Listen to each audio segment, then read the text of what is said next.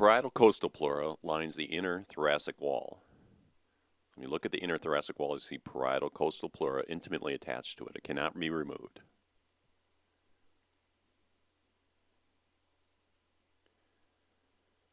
The parietal costal pleura then reflects onto the ventral mediastinum and is now referred to as the parietal mediastinal pleura. See this ventral to the heart. The parietal mediastinal pleura then reflects onto the heart and is called the pericardial mediastinal pleura. From the heart, the pericardial mediastinal pleura reflects onto the lungs and is referred to as pulmonary pleura. The pulmonary pleura reflects onto the dorsal mediastinum and is referred to as parietal mediastinal pleura. The parietal mediastinal pleura then reflects on the inner thoracic wall and again is referred to as parietal costal pleura.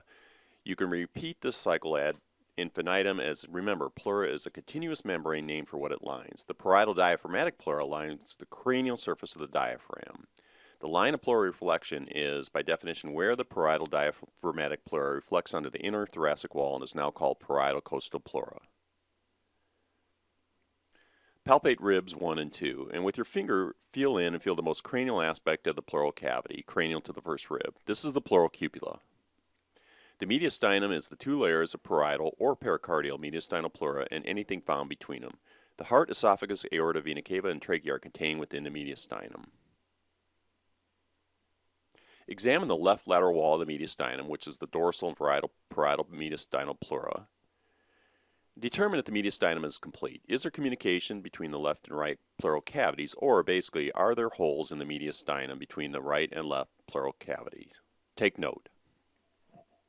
You drew an external line representing the line of pleural reflection topographically, and it extended from the angle of the 13th rib to the 8th costal cartilage. Now examine the actual line of pleural reflection where the parietal costal pleura reflects onto the diaphragm and becomes parietal diaphragmatic pleura.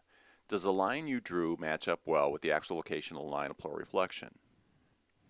You drew a line representing the basal border of the lungs topographically, extending from the dorsal second to last intercostal space to the 6th costal condyle junction. Now examine the actual basal border of the lungs, the caudal-ventral border of the lungs in the living animal, in your cadaver with the line you drew.